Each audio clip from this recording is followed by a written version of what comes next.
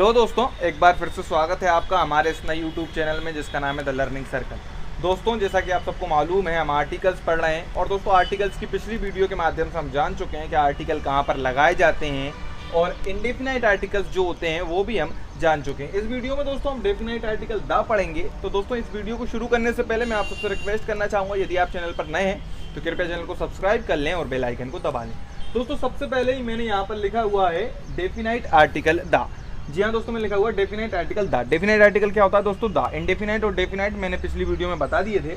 अब दोस्तों मैंने एक लाइन लिखी हुई है, डेफिनाइट आर्टिकल दा का प्रयोग किसी भी प्रकार की नाउन के पहले किया जा सकता है। जी हाँ दोस्तों, डेफिनाइट आर्टिकल दा का प्रयोग किसी भी प्रकार की नाउन के पहले किया जा सकता है। दोस्तों जब हम इंडेफिनाइट आर्टिकल पढ़ रहे थे तो मैंने आपको बताया था इंडेफिनाइट आर्टिकल केवल सिंगुलर काउंटेबल नाउन के पहले आ सकती हैं। इंडेफिनाइट आर्टिकल केवल सिंगुलर काउंटेबल नाउन के पहले आ सकती हैं। लेकिन दोस्तों जो डेफिनाइट आर्टिकल दा है वो किसी भी प्रकार की नाउन के पहले आ सकता है। तो कैसे आ सकता है, उसके कुछ रूल्स होते हैं, कुछ नियम होते हैं, वो हम जानेंगे।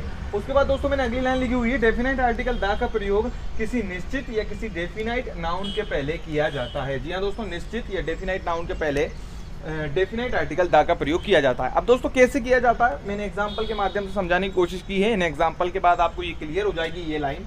मैंने दोस्तों सबसे पहला एग्जाम्पल लिखा हुआ है, the man in blue shirt is my brother. The man in blue shirt is my brother. दोस्तों कहीं पे 4-5 लोग खड़े हुए हैं, उनमें से किसी ने मुझसे पूछा कि इनमें से आपका भाई कौन सा है, तो मैंने बताया the man in blue shirt. अब दोस्तों मैंने पहचान क्या बताई, इन ब्लू शर्ट। जब पूछेंगे इस आदमी के बारे में, कौन आदमी, जो नीली शर्ट में है, जो ब्लू शर्ट में है, तो कौन, इसके आगे दोस्तों क्या लगाएंगे, डेफिनाइट आर्टिकल दा। ये डेफिनाइट कैसे हो गया, क्योंकि उसकी सेंटेंस में हमने पहचान बताई जो ब्लू शर्ट में है। इसी तरह दोस्तों the boy standing near the school is my best friend. अब दोस्तों स्कूल के पास जो लड़का खड़ा हुआ है वो मेरा बेस्ट फ्रेंड है। कौन सा लड़का, जब इससे नाउन के बारे में पूछेंगे कौन सी नाउन, तो दोस्तों सेंटेंस इसकी निश्चितता के बारे में, इसकी डेफिनाइट के बारे में बताएगा किस तरह से।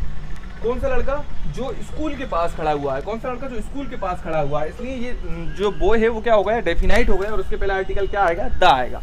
इसी तरह द वाटर ऑफ दिस बोतल इज डर्टी। अब दोस्तों जो वाटर है वो अनकाउंटेबल नाउन है और हमने पढ़ा था अनकाउंटेबल नाउन के पहले आर्टिकल कोई सा भी आर्टिकल नहीं आता इंडेफिनाइट आर्टिकल्स में से।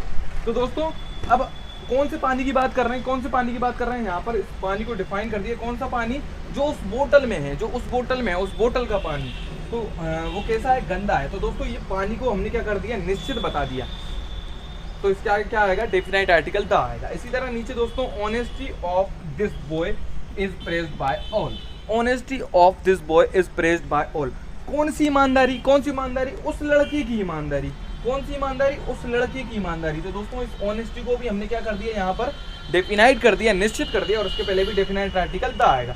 इसी तरह से मैंने लिखा हुआ है दोस्तों इंडिया। अब प्रॉपर नाउन के पहले कोई आर्टिकल नहीं आता सामान्यतः, लेकिन जब इस तरह से डेफिनाइट करना हो तो किसी भी नाउन के पहले डेफिनाइट आर्टिकल लगाया जा सकता है। कैसे, India of 1947 was different from the India of today.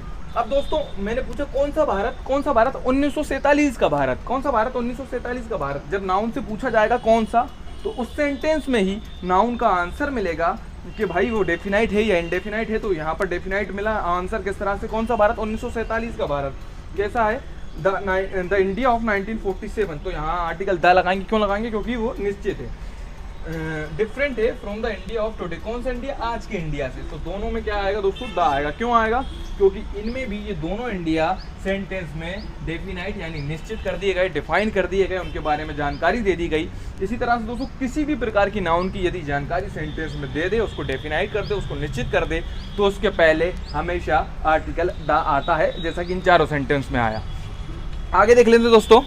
अब दोस्तों अगला नियम मैंने जो लिखा हुआ है वो लिखा हुआ है यूनिट ऑफ मेजरमेंट। जी हाँ दोस्तों, नापने तोलने की जो इकाई होती हैं, किसी भी चीज़ को जैसे हम नापते हैं, उनकी जो इकाई होती है यूनिट ऑफ मेजरमेंट, उनके पहले हमेशा आर्टिकल दा का प्रयोग यानी डेफिनेट आर्टिकल दा का प्रयोग किया जाता है। कैसे किया जाता है, wheat is sold by the kilo. अब दोस्तों किलो में हमको मालूम है किलो में क्या बेचा जाता है, जो गेहूं है, जो चावल है, वो किलो में बेचे जाते हैं। तो ये किलो जो है वो इसके नापने तोलने की इकाई है। तो इसके पहले हम किसका प्रयोग करेंगे दोस्तों, डेफिनाइट आर्टिकल दा का प्रयोग करेंगे। इसी तरह दोस्तों आगे मैंने लिखा हुआ milk sells by the litre. Milk sells by the litre. तो दोस्तों milk sells by the litre. अब लीटर क्या होता है दोस्तों, जो तरल पदार्थ होते हैं उनको नापने और तोलने की इकाई होती है। तो उसके पहले भी हमने क्या लगाया है, डेफिनाइट आर्टिकल द लगाया। इसी तरह नीचे लिखा हुआ है gold boat by the gram और बाय द तोला। तो दोस्तों जो सोना है वो खरीदा गया, कैसे खरीदा गया, बाय द ग्राम और बाय द तोला। तो दोस्तों याद रखिएगा, जो भी यूनिट ऑफ मेजरमेंट होती हैं, जो भी नापने तोलने की इकाई होती हैं, उनके पहले हमेशा हम किसका प्रयोग करते हैं, डेफिनाइट आर्टिकल द का प्रयोग करते हैं। उसी तरह दोस्तों अगला नियम मैंने लिखा हुआ है, जब किसी ऐसे व्यक्ति या वस्तु की बात की जा रही हो जिसके बारे में वक्ता और श्रोता को पहले ही पता हो, तो उससे पहले डेफिनेट आर्टिकल द का प्रयोग किया जाता है। जैसे कि दोस्तों हम रूम में कोई दो लोग बैठे हुए हैं, अब मैंने उससे कहा कि भाई आप गेट खोलिए, तो उसको मुझको बताने की जरूरत नहीं पड़ेगी कौन सा गेट, वो ऑटोमेटिक जाके गेट खोल देगा, ओपन द डोर। तो कौन सा डोर दोस्तों, जो उस रूम में होगा वही डोर खोलेगा। उसके बाद स्विच ऑफ द लाइट्स। अब कोई मेरे पास में बैठा है, उससे मैंने लाइट बंद करने का कहा, तो दोस्तों उसको मालूम है पहले से ही, वो लाइट को जानता है उसको कौन सी लाइट बंद करना है। तो वहाँ पर भी दोस्तों किसका प्रयोग करा जा रहा है, डेफिनाइट आर्टिकल द का प्रयोग करा जा रहा है लाइट से पहले। इसी तरह call the boy who is standing outside. उस लड़के को कॉल कीजिए, उस लड़के को बुलाइए जो कहाँ पर खड़ा हुआ है, आउटसाइड यानी बाहर खड़ा हुआ है। तो दोस्तों यहाँ पर भी जो लड़का है वो पहले से उसके बारे में जिससे मैं बोल रहा हूँ वो जानता है। अब दोस्तों अगला नियम लिखा हुआ है, किसी भी इन्वेंशन के पहले डेफिनाइट आर्टिकल द का प्रयोग किया जाता है। जी हाँ दोस्तों, जब किसी भी इन्वेंशन की बात करी जाए तो उससे पहले हमेशा डेफिनाइट आर्टिकल द का प्रयोग किया जाता है। किस तरह से दोस्तों देख लेते हैं। Thomas Edison invented the bulb.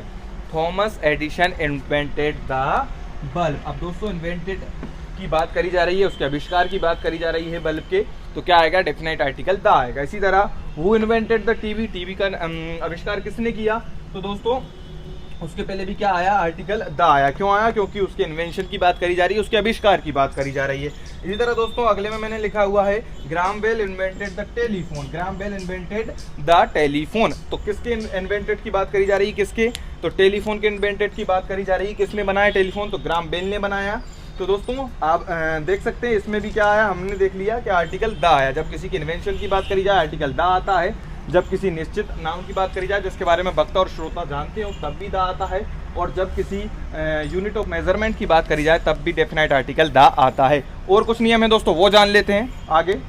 अब दोस्तों अगला जो मैंने रूल लिखा हुआ है, पार्ट्स ऑफ बॉडी। जी हाँ दोस्तों, शरीर के जो अंग होते हैं उनके पहले हमेशा डेफिनाइट आर्टिकल द का प्रयोग किया जाता है। अब ये किस तरह से इसका प्रयोग किया जाता है, एग्जाम्पल्स लिखे हुए हैं। He has a wound in the leg. क्या लिखा हुआ है दोस्तों मैंने, इन द लेग। अब दोस्तों शरीर के अंग के पहले आर्टिकल कौन सा लगा रहे हैं, डेफिनाइट आर्टिकल द। इसी तरह दोस्तों in the chest, in the back, in the chest, in the year. तो दोस्तों इन सबके पहले क्या लगा रहे हैं, डेफिनाइट आर्टिकल द का प्रयोग हम कर रहे हैं। अब दोस्तों अगला नियम मैंने लिखा हुआ है, यदि कंपैरेटिव डिग्री के बाद ऑफ द टू का प्रयोग देन के स्थान पर किया जाए तो उसके पहले द का प्रयोग किया जाता है। अब दोस्तों ये किस तरह से प्रयोग किया जाता है, इस तरह के क्वेश्चन कंपैरेटिव डिग्री से रिलेटेड पेपर में आते हैं।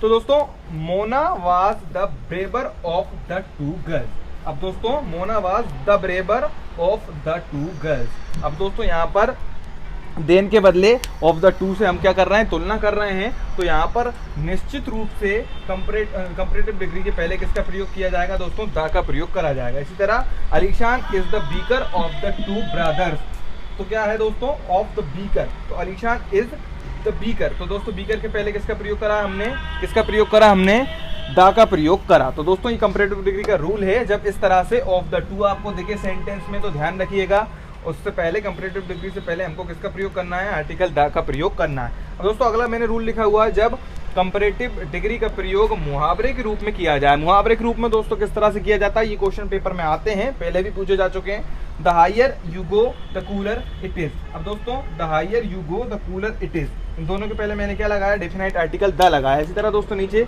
The more you labour the more you earn. अब दोस्तों इन दोनों के पहले भी हमने क्या लगाया, डेफिनाइट आर्टिकल द लगाया। इसी तरह the greater the risk the higher the profit. अब दोस्तों इनके पहले भी हमने क्या लगाया, डेफिनाइट आर्टिकल द लगाया। तो दोस्तों ये मुहावरे के रूप में लिखा जाता है और इस तरह से हमसे पूछता है तो लोग कंपैरेटिव डिग्री के आगे कोई भी आर्टिकल यूजुअली नहीं लगाते, तो वो इसमें भी नो आर्टिकल भर के आ जाते हैं, लेकिन वो गलत हो जाता है। ध्यान रखिएगा कंपैरेटिव डिग्री में जो दोनों क्वेश्चन बनते हैं, एक तो ऑफ द टू से जब तुलना करी जाए तब वहाँ पर द आता है डेफिनाइट आर्टिकल, और जब इसको इस तरह से लिखा जाए मुहावरे के रूप में, the higher you go the cooler it is, तब भी वहाँ पर डेफिनेट आर्टिकल द आता है। कुछ और रूल हैं दोस्तों, वो हम जानेंगे आने वाली वीडियो में। अगर दोस्तों आपको मेरी वीडियो अच्छी लगी हो तो वीडियो को लाइक करें, चैनल को सब्सक्राइब करें और बेल आइकन को दबाएं। धन्यवाद दोस्तों।